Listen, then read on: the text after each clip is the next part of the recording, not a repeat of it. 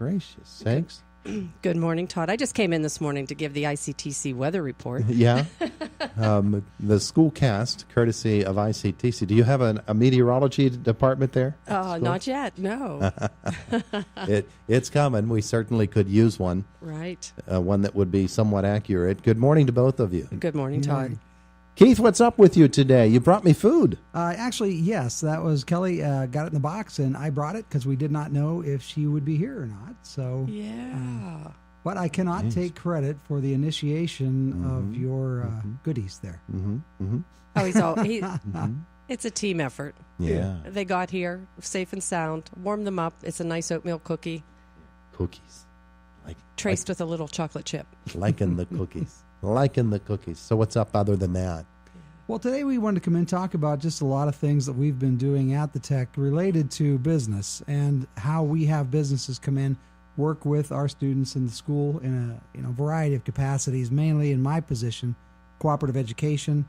I ran some numbers last night, and while I had been saying, we only had a couple kids out, we actually have 13 kids right now who are involved in local businesses, either employed or co-opt or some form of working with the businesses. These are also the people who come in and judge our NOCTI performance evaluations, which will be going on in April the 13th.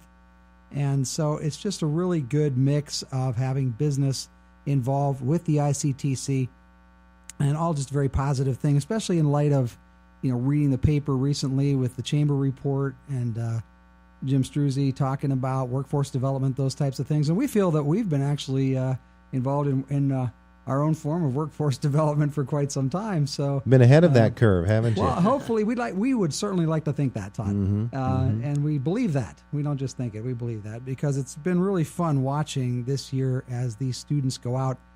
And in fact, out of the 13, I got to give props to my former program because half of them are from machining. Yeah. Yeah, we have, let's see, there's 4 of them co-opt and 2 of them actually have jobs. Boy, once they got you out of there, they really started to pick up there in the machining department. Well, I have said many times, and I'll say it publicly, the greatest improvement that I made to that program was Mike Rosseni.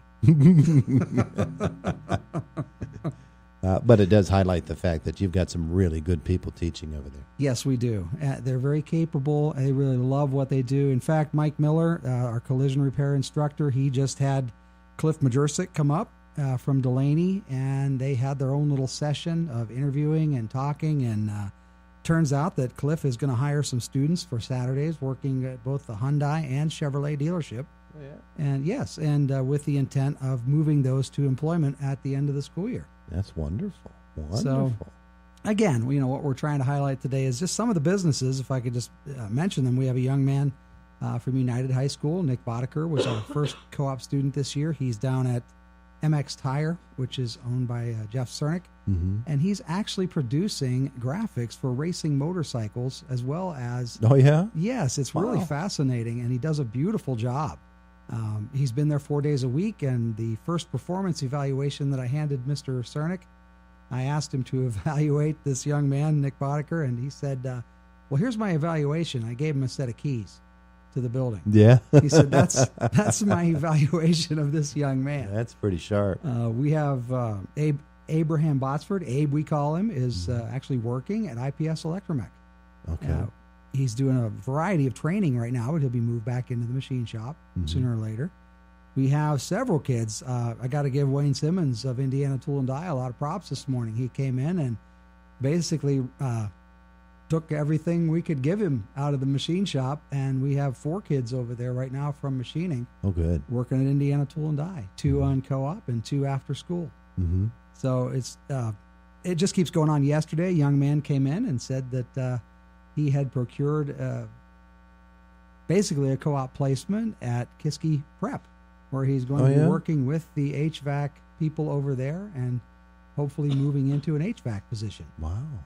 So the list goes on, but the underlying story and current, Todd, is that we really appreciate the involvement we get from our businesses on a variety of levels here.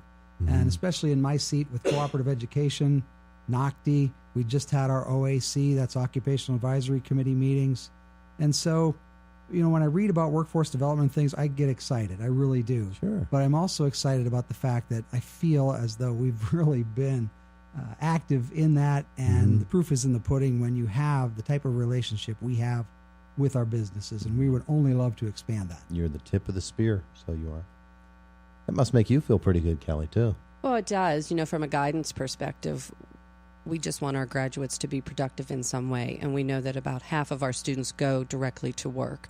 So exactly the statistics that Keith was just talking about is those students coming to ICTC, and if you want to call it workforce development, if you want to call it career and tech ed, we are what we are, and we are giving our students skills so that they can be better prepared for the work world. They're leaving us, they're getting jobs that are above minimum wage because they are skillful and they can offer the employer quite a bit upon graduation. So I always say that ICTC grads are leaving us as an above average graduate, because if you did not choose to come to ICTC, yes, you have fulfilled many requirements within your district, but to go to an employer and say, this is what I can do, maybe the average high school graduate cannot do that yet without further training.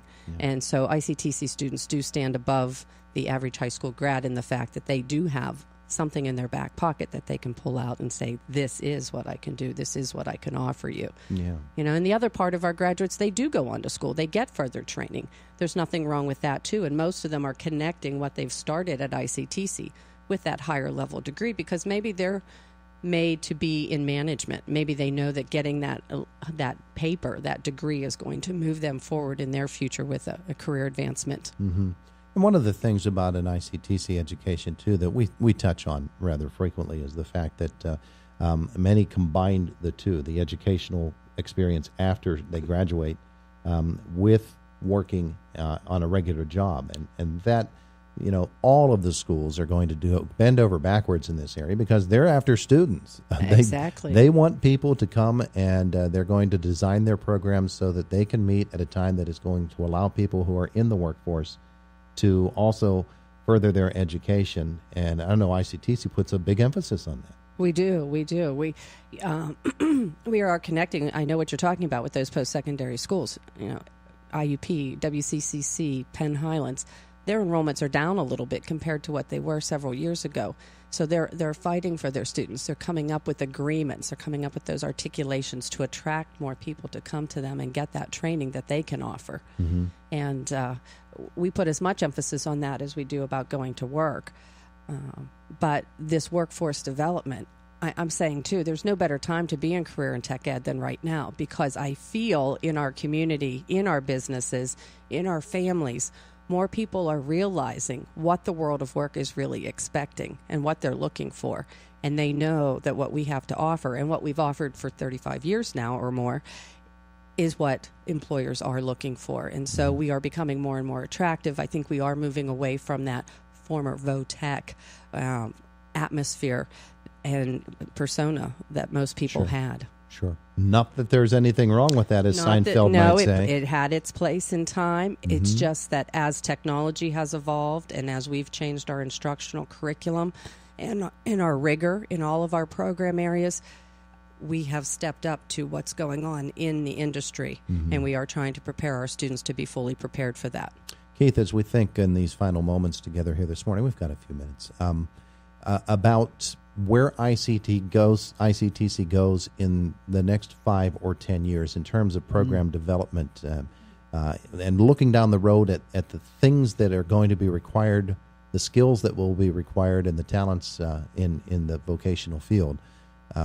How capable is ICTC of folding in needs with existing programs or of designing new programs? The way that I have seen it work, as long as I've been there, which has been 23 years, by the way, we've done a very good job, I believe, regardless of what stage we've been in. We've done a very good job of adjusting what we're doing to what's happening around us. And I do know that we're open to that. And again, even in the machining program, because I can speak definitely firsthand to that, there were things that we need to step up and change, and Mike has done those. In every other program, we have our occupational advisory committees that will come in and say, listen, this is what's happening in the industry. You need to integrate this into HVAC, or if you're in computer science, upper service technology. I never get the title right for that program, Mm-hmm. but it's computer service technology. They're always looking. Talk about something that evolves quickly, and we have to evolve with it and keep our kids on pace. Yeah. And I think that comes down to, great instructors, being able to be flexible that way, integrate things.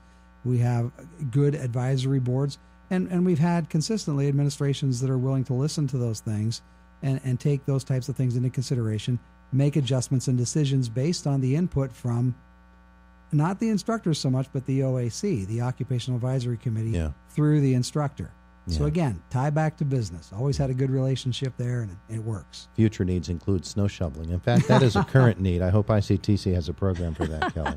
Well, and really, it's no secret, too, if anybody's been reading the chamber minutes and things like that, you know that ICTC and WCCC are seriously at the table talking about some sort of joint venture using our property as a future location of a combined effort. Mm-hmm. And I know our administration is in the works of that right now as we speak in a big way. And we are really looking at that possibility, and it is a really good fit. And it would provide our students with just one more step of preparation. Wouldn't that be exciting? It would be. Have that happen. All right. Well, thank you so much for braving the elements to come in and visit with us here this morning on Indiana in the Morning. ICTC plowing forward on this snowy day. We could say that today, Todd. Yeah. Yes. And thanks for the cookies, too. Oh, thanks for having us. It is Indiana in the Morning, and we are presented, as always, by First Commonwealth Bank here in WCCS 101.1 FM and AM 1160.